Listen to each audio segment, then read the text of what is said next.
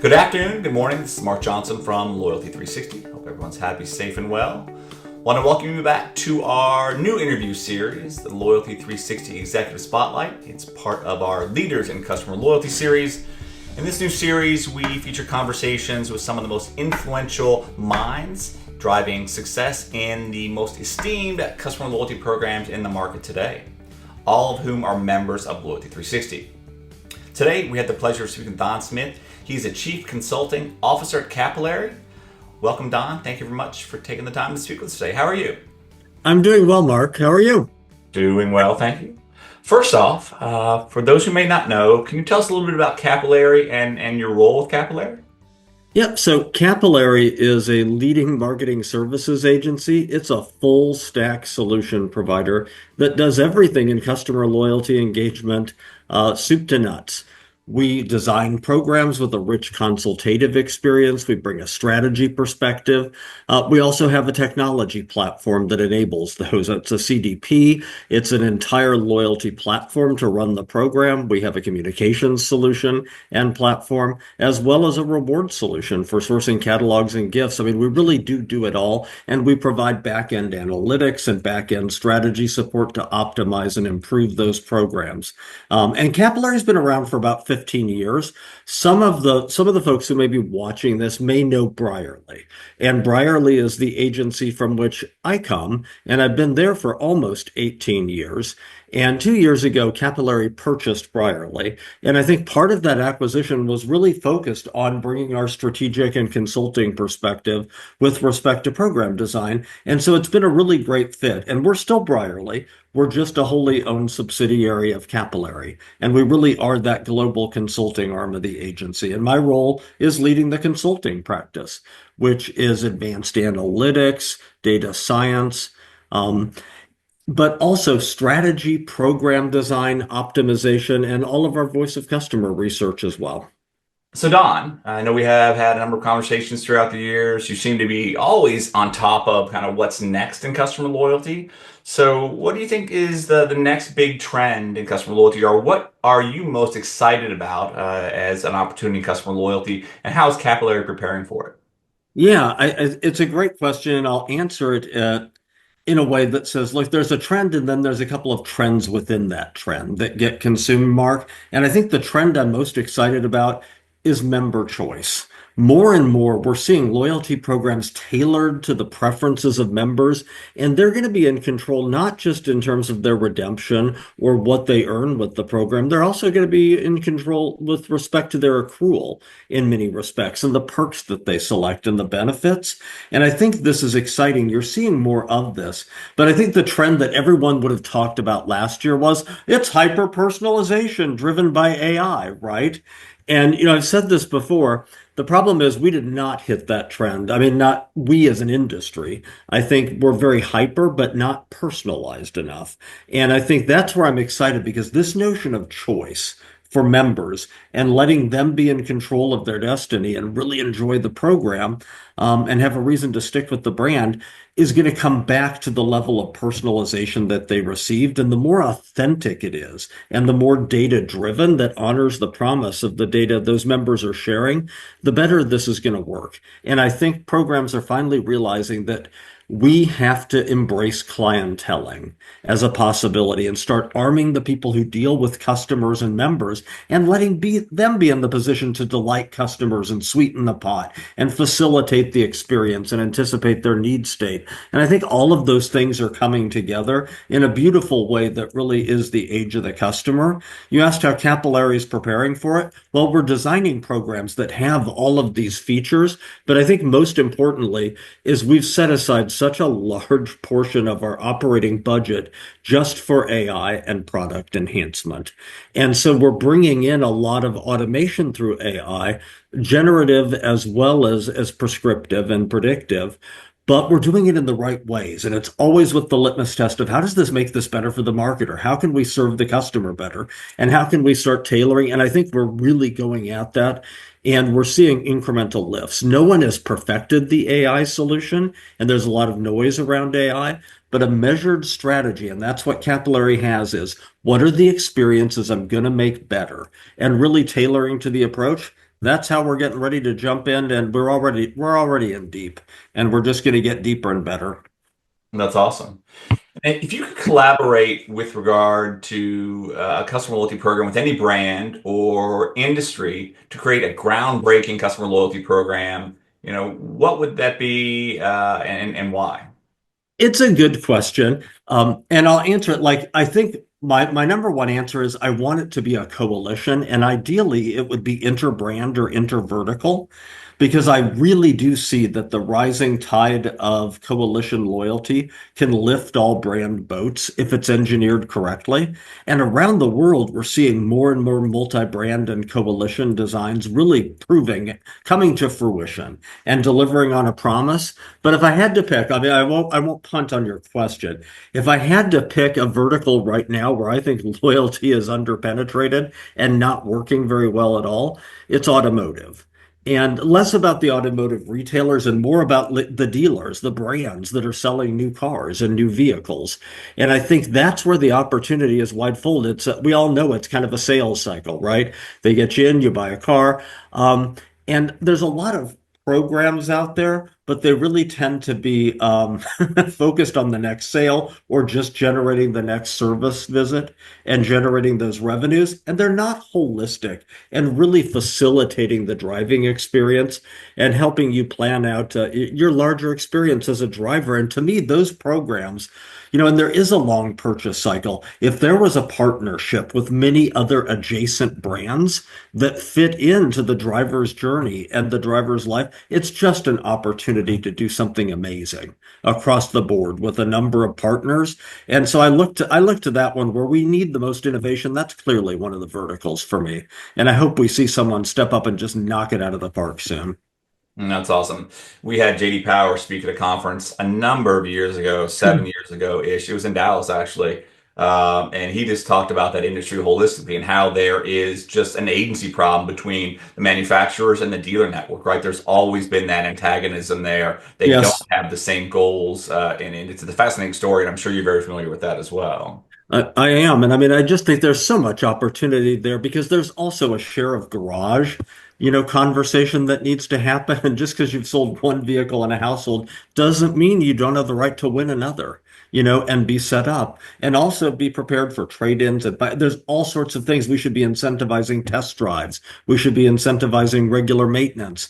And yes, partners have a role to play in that, moving beyond simply the automobile, because some people like me will keep a car for 10 years, you know. Yeah, and that's interesting. The incentive to test rides, I think that's a great idea. And I always thought there was an opportunity to potentially work with the rental companies, right? Because I bought two of my cars based on experiences. I was looking for a car for my wife one year, rented an Explorer, just a base Explorer, right? She loved it, got home. 2 weeks later, bought her a Ford Explorer, ST, top of the line, because she loved it, right? And same thing, I bought a Camaro the same reason. I bought a somewhat of a fast Camaro, loved it, and bought the same car, right? So I think there's a great opportunity there that's totally missed because you're right. It's the experience at test drive. Do you like it? Yeah, I love it. Okay, boom, let's go buy it. Absolutely. All of that can come together. So look to see some innovation there. Yeah, that'd be great. And real quick, you talked about coalition and in the US. Why is coalition not taken off? Well, I think for a number of reasons. One, we have so businesses love to own their own program. And when you're trying to get a program off the ground, a lot of times, folks want to own it. They want to get to critical mass and be in control of their brand mission, and they want to build their own brand equity. That's very logical. And I think many US brands do have the marketing maturity to pull it off, which has led everyone to go, no, we can do this and it's ours, right? And I also think where you've looked at, and there are some exceptions, I won't get too deep, but I think the Plenty Coalition was the big miss, Yep. that ran on the rails of American Express. And, we certainly worked with a major brand and advised them to leave that coalition because it wasn't living up to its promise. But I think, and so that was a burned experience that many folks felt because Plenty definitely benefited some of the hero brands, but Yep. it didn't do much for the other brands that were occupying sort of secondary status within that program. And for a coalition to work, there needs to be adjacencies and complementary positioning, where any brand can find a way to be an acquisition vehicle for another brand in a way that helps everyone. And that's really what good coalition has to do. And at the end of the day, the journeys that are created across those brands have to feel authentic around things that consumers want.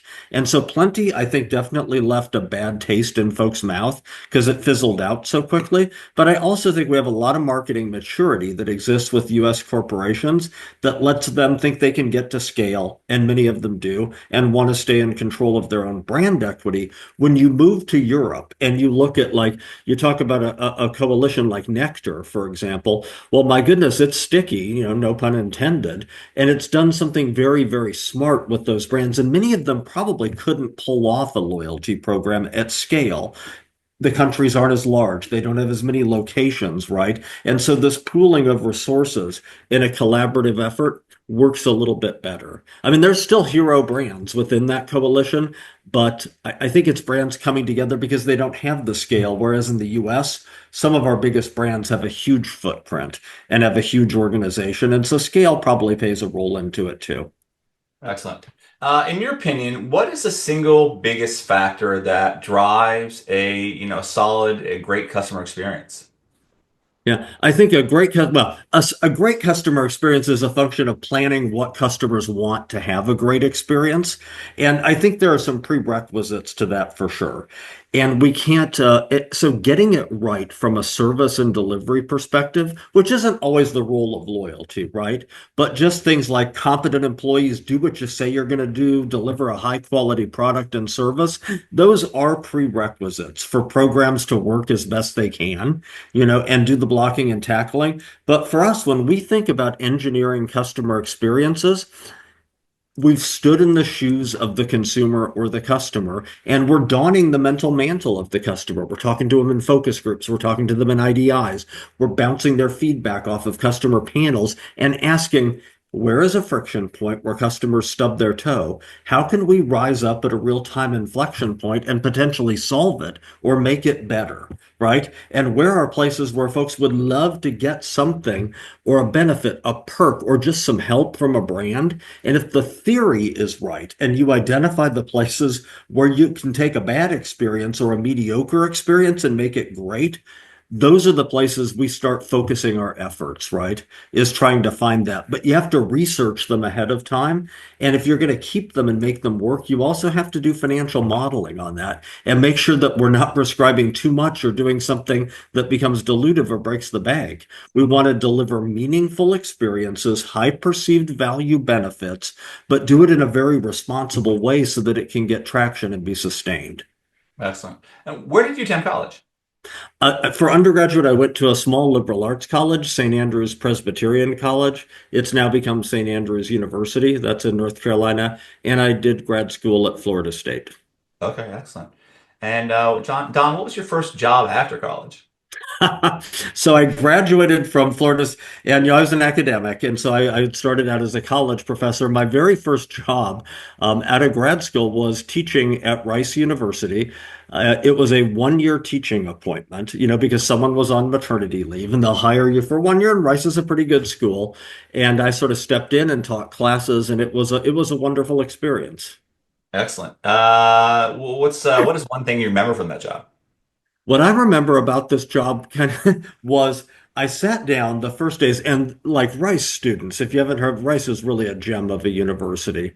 And the quality of the undergraduate students they source is fantastic. And I remember being in these classes, and I taught other classes before through graduate school with the same material. And the quality of the discussion and thinking that we got was absolutely amazing. And I think one of the things I kind of learned from that was, wow, there were students in that room much smarter than me. I mean, I remember my first seminar, and people were just shooting a little talk over lunch, And I started probing, like, what were your SAT scores? And about half of them had perfect SAT scores, which I did. These were just smart kids, you know? And one of the things about having people smarter than you, quite frankly, around you, it's not a threat. It's an elevation. It lifted the quality of the discussion. It helped me prepare better and rethink how I was positioning materials. It made me a better teacher. And that's a lesson I think people need to learn in the workplace too. Anytime that you get the privilege of working with people who are smarter than you or can teach you something in a given area, it's a blessing and you should embrace it. I really believe 100%. that. No, I think it's absolutely great. I'm not sure if you've read over the weekend the whole controversy about DeepSeek, right? And kind of how it was funded, how it maybe went through some loopholes with the chips and what have you. But supposedly they worked with a very young and a very smart team. And obviously the gentleman had some models that he'd used from financial investing, and they were like 24, 25, 26-year-old, but very smart people. And they said, have at it, versus people who are more into like work patterns, right? 30, 40, 50, you do things a certain way or not. So it was a very interesting discussion how they did what you just mentioned, right? Used very smart people that kind of rethought the whole process. I completely agree. And I think this whole positioning, I remember there's this notion of a boy with a hammer, right? And the story goes, you give a boy a hammer and he'll decide that everything he encounters requires hammering. Yeah. And I think sometimes we become little boys with hammers in our professions if we go, but I've always built predictive models this way and identified next best actions this way and set up my A/B test this way. And I think opening it up and going, look, everything is open for disruption and improvement, really does democratize the process. And strong businesses have to be willing to do that. It's one of the things I love about Capillary is that we're constantly doing these hackathons within the company. Hey, let's solve a different problem. Take one of our tools and see if you can make it better. Can you map one new experience into that? And they'll have these weekend long contests, and developers and others will get together and write user stories and come up with new solutions. And that's how you start changing the narrative and making the tools work harder. It's being willing to let everyone into the process and not having any third rails that you can't touch of how you do things. It's honestly, it's how we design loyalty programs. Just today, we did an internal focus group for a potential client. We brought our employees who use the product into groups and asked their opinions and said, what would you change if you could change how these programs operate? And if you could change the retail experience? And they told us, and you get ideas that you never would have gotten before when you do that. But there Yep. also has to be a discipline about taking all of that crazy, unchanged, innovation and energy, and also channeling it in a productive manner that can be operationalized, can be financially responsible, and quite frankly, can be morally ethical as Yep. well. Excellent. So looking back on your first job, what was something you learned as a professor that is translated into your career and customer loyalty? Yeah, I think the one thing you learn as a in fact, I remember giving my first lecture in graduate school to a large class, and it didn't quite go as I had planned.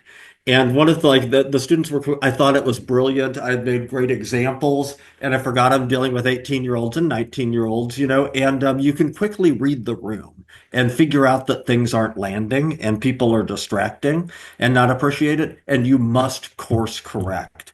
And I think that this learning is know your audience and always be paying attention to how your message is received, how your customers are feeling, how your clients are feeling, and be willing to adapt. And I really do think that we all need to do that. When you're giving a presentation, it should always be a discussion with your audience. Even when you're on stage at Loyalty 360 and there's 500 people in the room, you do need to be looking around and seeing how your message is landing and if folks are engaging with it. And if not, you may need to tailor your approach a little bit, go deeper with some examples or move quicker. And I think that's the art that needs to be there. And it really does speak to how loyalty programs need to run too. There's not one voice for every customer segment. There's not one voice for every brand.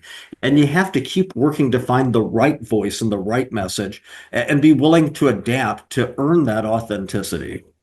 No, I think you're absolutely right. I mean, one of the challenges we've always seen within Loyalty 360, especially as we've grown the member side, is brands have a challenge truly listening to and understanding their customers, right? They hear in a passive, I heard this, all this new technology that was supposed to be the secret sauce or that addressed these opportunities has made it more challenging and more cumbersome, right? You have more data. How do you make it actionable? Still, that listening to and understanding the customer is a very challenging process. And if you're listening to them and you can't do something, even saying we can't do this, but tell them that you appreciate them. So at some point, as you know, they'll tune out. They'll quit telling you if you're not, either thanking them or actioning on that data, correct? I completely agree with you on both points. And I think the latter one may be even more important. Like, what is the point of creating a preference center or a zero-party inventory? Tell me your interests, tell me your likes, tell me which products you need or about your family. If you don't honor the social contract of Yeah. sourcing information and provisioning the messaging around it, right? Folks, I still think a lot of folks will share a lot of information with us if we honor the social contract and take it to heart and make a better experience for them, And that means not recommending things that are completely out of their need state, that don't make any sense for them, and trying to think about their journey and map in experiences and things that'll be meaningful to them. And really also identify areas where they might have a friction point and smooth it over. Those are the things that people really appreciate, and to facilitate the experiences beyond the transaction. And there's still much to do in modern marketing in that regard. Absolutely. Looking back, what's the best work advice you've ever been given? So, um, I was working as a graveyard cook in college at an IHOP. And it was a tough, and prior to that time, I was like any kid, I'd had a whole bunch of different jobs in the service industry, to make money. But I really needed this graveyard cook job, and it paid better than most jobs for a college student did. It was an owner operator of this franchise, and I saw just how hard this guy worked. And I'd started as a dishwasher. One of the cooks quit. They promoted me to cook. And it was taking me a while to multitask and to learn to prepare all the stuff quickly. I mean, there's skills. You have to be able to flip eggs and land them without breaking them at the same time, that you're dropping batter. And it may sound ridiculous, but I was very slow in my first couple of days. And on the third day, the owner came and he said, "Look, Don, it's time to light a fire under your butt and improve your learning curve or get out." And that may not be very beautiful advice that would be on the cover of a book, but I think it is advice a lot of times people need to hear. And what I realized was, I was like, well, how do I do that then? And he's like, when your shift is over, stay because the more experienced cooks are going to be there, and follow them, shadow them and watch them and help them and get better. See how and he was absolutely right. It was just sitting there going, oh, yes, I can do four things at once instead of two. And I can think through a sequencing of this. And I think that learning experience, what I learned from it was you have to invest in your own success. You can't assume that a training manual is going to teach you how to do something. You have to jump in, get wet, learn, and be willing to learn from others. And I think that is the best advice. You're making your own investment in yourself and just about everything in life. And hard work and willingness to learn has to be right at the center of it. So not everyone has that drive or that interest to, as Carol Dweck mentioned, right? There's a fixed mindset and there is the kind of the growth mindset, right? There's two types. People that have the growth mindset will do more, they learn more, they're all kinds of great attributes, right? Many people have a fixed mindset, right? Kind of that fatalistic, I'm here, I'm not going. How do you make that open to everyone? Because you're absolutely right. Learning, growing, it's working that extra half an hour, 45 minutes, an hour, spending some time with, and reading in your field, and like we both do voraciously reading, right? So Yeah. how do you get someone who may not necessarily have that interest to do that, or can you? Well, I think there's different ways. And there's different personality types. And quite frankly, most organizations, like if you're running data analytics, for example, will have some skilled analysts who want to do that. They want fixed functions. They want to be able to execute against those with excellence. And a lot of times those roles are needed and they Yeah. work great for folks that have that kind of orientation. I think we just try to celebrate the success, make them aware that they're contributing to that success. But I think the other thing that you can do to stimulate growth is try to create an interdisciplinary team structure, and really almost create a coalition of ideas and idea sharing, if you will. We call them pods, like in the consulting group, and we'll pair an analyst with a strategist who might be working with someone else, and they're working together to provision insights, tell the story, reinvent it. And their success is intended to be a shared success as they work together. And that pooling of ideas and that peer review process can do some stimulation. I think it becomes a place where those two different mindsets can kind of coexist, and perhaps there can be some stimulation there as well. And the other thing is always set aside time for employees who say, I'd like to learn more about this. Can I do this? Yes. If I can support a training course or something that they want to go take and learn and improve their skill set, there ought to be a business justification, but if there is, we ought to support it and encourage it and really celebrate that innovation because that's what excites people. And I think cultures that say you can learn, you can do more, we're going to give you a chance to fail, but fail quickly and get better and help us do something new. 100%. Those are the places that keep employees, and that's where people stay, you know? And I think it's exciting to be part of that culture or trying to create even a better version of that culture. 100%. And it can be difficult, but well, thank you for that. When you look at your life, are there some life lessons that have shaped your perspective? Oh, I think there's quite a few. I mean, like most people, I've made many mistakes. I have failed, and I do believe that fail stands for first attempt in learning. I really do. But I think a couple of things. So one, I am a cancer survivor. I had a scare when I had started graduate school with a tumor. I had a very bad prognosis for that particular aggressive tumor. I had surgery, I had radiation therapy, and I was on pins and needles. And I think that was a catalyzing event for me in my life because I looked at that and I was like, you know what? It's short and there's no guarantees. And I can't believe this happened to me, but it did. Do what you want to do. Focus on the here and now. Don't set things aside, pursue your passion and just go after it. And don't be thinking 20 years ahead. Think, think about what you want to achieve and just go out and do it and live and enjoy different moments. And I've tried to bring that into my work, I think, as we move forward because, you can't set everything off. If there's travel you want to do, if there's trips, if there's new skills, if there's a chance you want Yep. to take it you know. Excellent. Yeah, Uh, I think it's a great idea. Looking back, you had a lot of great success. I consider you a friend. I also consider you a very smart person. I love the conversations we have, and finding people, as you mentioned, that are smarter than you or as smart as you to have informed conversations is something I love about my job. Right, I get to talk to very smart people about a very smart and passionate field that we're in. Invariably, sometimes you talk to some people, you get off the phone with the CMO or someone who runs a company, like, man, that was a bad conversation. But with you, they're always amazing. you're So very looking, kind. yeah, looking back at your career success, what are a couple things you're most proud of? Oh, I think well, one of them preceded my involvement in loyalty. I kind of pivoted out of academia, and that probably wasn't a great fit for me. I love teaching, but I'm definitely an applied person. I like to be in the action setting, not studying things as much as doing things that help influence what happens. And I had a great job with Dallas County, Texas, in their juvenile department.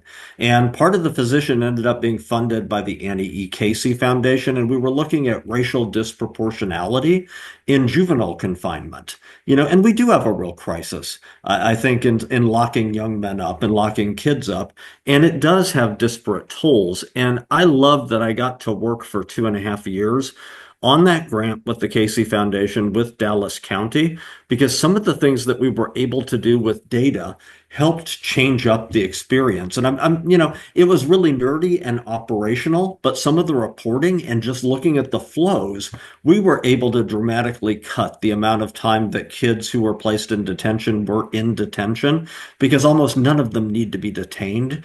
Most of them need therapy or help or coaching or guidance or a plan on how to move forward. And I think that they made leaps and bounds. And we saw a dramatic reduction in the number of kids incarcerated and the number of kids and in the days of incarceration for those kids. I didn't cause that to happen, but I was helping provide the data that helped inform the decisions. And I think I was part of something good. And I'm very proud of that was one that I'm really proud Awesome. of. I actually left that job to go work at Brierley. And at the time, Brierley was sort of they had a really, really great strategy team. The analytics was newer to them. They didn't really have a predictive modeling practice. And so I got tasked with sort of setting that up and building it. And I think I was able to do that pretty quickly and bring it to scale. And from there, I was lucky enough to work with strategists on program design and eventually lead the strategy organization as well. But I think it was taking something out of almost nothing and growing it and nurturing it into something better. That was very gratifying. Made possible by working with a great company and great people. That's awesome. We talked about this before in the past, but what is one passion that you have outside of work? I love to travel, and I love to travel to new places, preferably, and I love anywhere where I can take mass transit and or hike, and I really enjoy hiking. So I love to go to new markets and new places, and if I'm not doing that, I'm probably nerding out and playing video games, which I also really love. Excellent. If you could go back in time, if you had the Wayback Machine, what would be one thing that you potentially change about your life, and what would that be? Oh, wow. So many things to do. And I think I would take myself, if I could go back a little bit and think about my college experience, for example, I was certainly involved in different activities and did a little theater, but I think I was grade obsessed. I was success obsessed. Like I would be devastated with a B plus on a paper.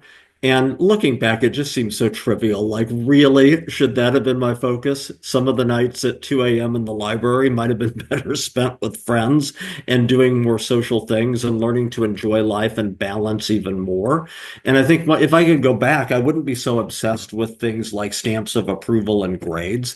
I would be obsessed with having more experiences and meeting more different types of people earlier and diversifying my experience base. And that might be true for my education as well. I mean, I went straight from undergrad into grad school to get a PhD and didn't even stop to catch my breath. I should have stopped and worked and then stopped and traveled. And I would have changed what I studied for sure.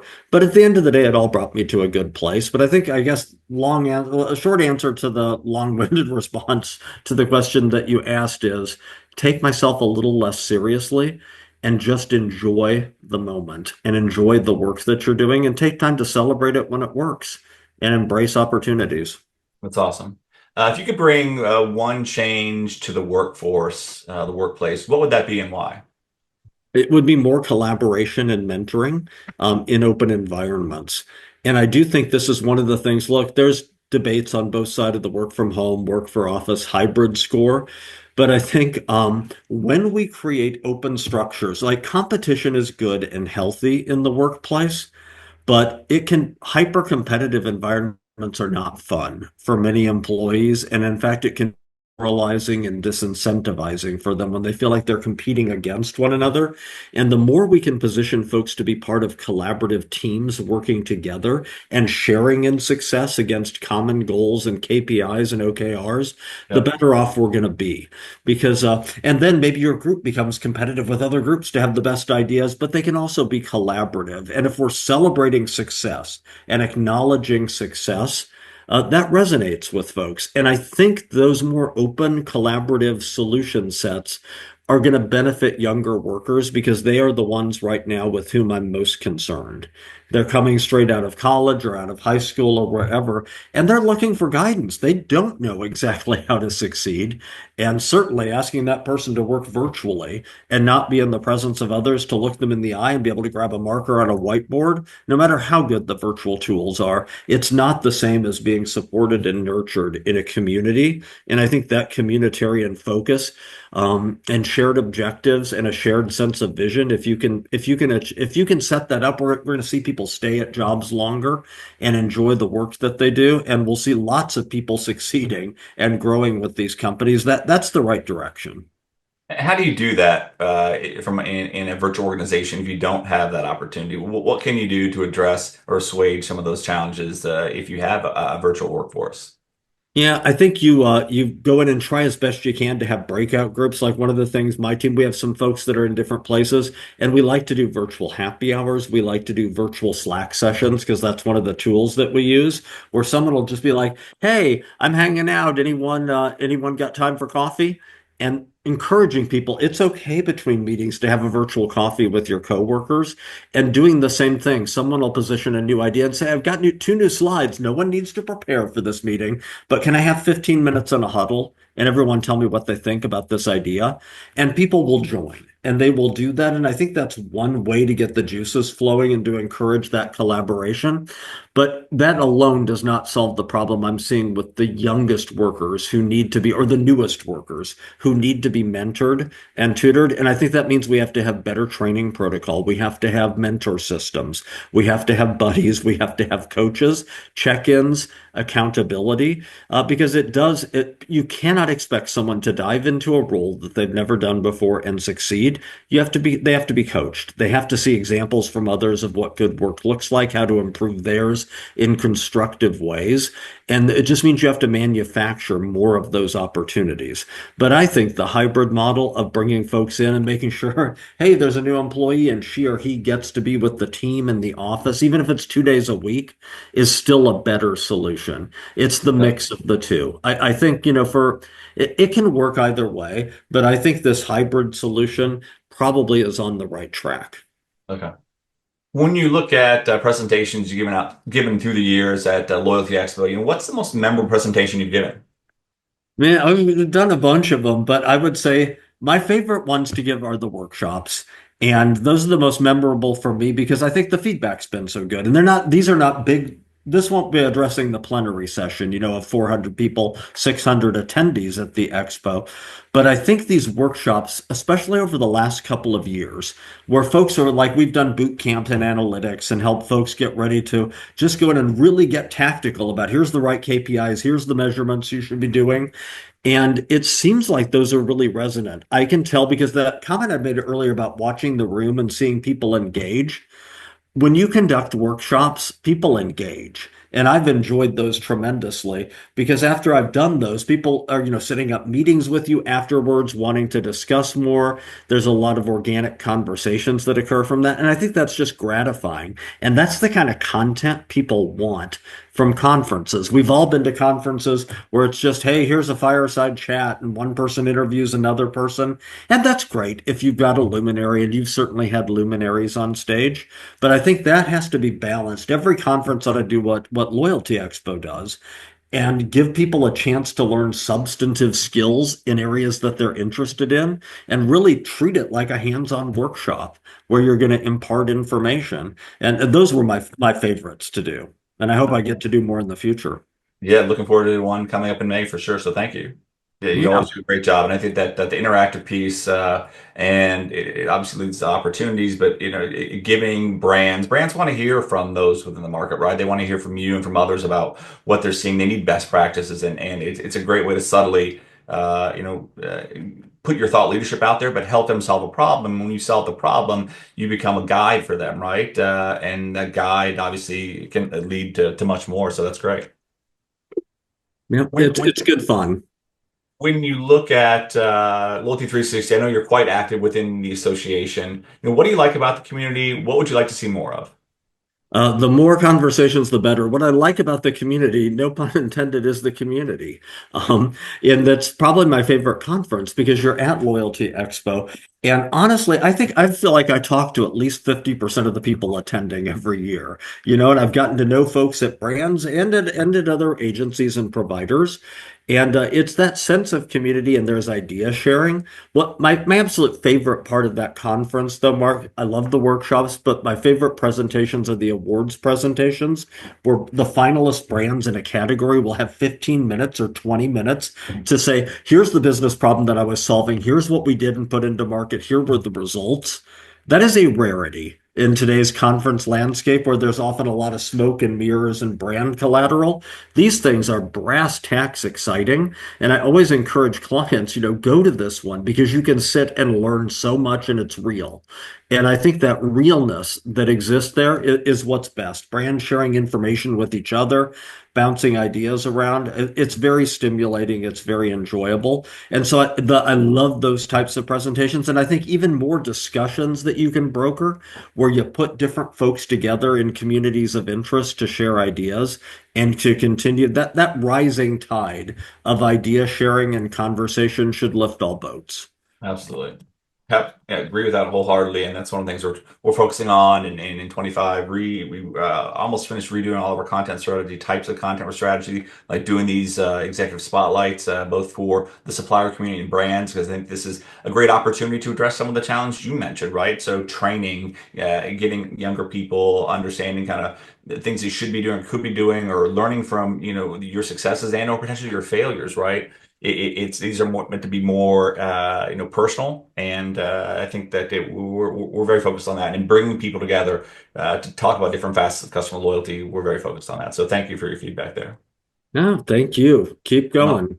And then the last question we have is, we like to end these to discuss some words of wisdom you may have for, the younger generation who may be in the marketing field and the customer loyalty professionals.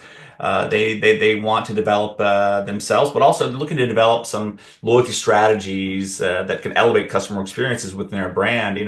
What's a piece or two of advice you can give them? Gosh, for that new person or that aspirant that's coming into the market, um, do something if you can that you're passionate about, that you feel will make a difference and be positive. And I think try to find the right fit. But in any role that you're in, make a point of surrounding yourself with as many people as possible and learning from as many of your peers and colleagues as possible. Ask questions, be humble, but also be inquisitive. And know that anything that you see or learn that's in market or standard practice can always be improved, and chisel away at that and start learning and go, what's one thing I can suggest that would augment this journey or make this campaign better or make these benefits pop and resonate, and suggest it.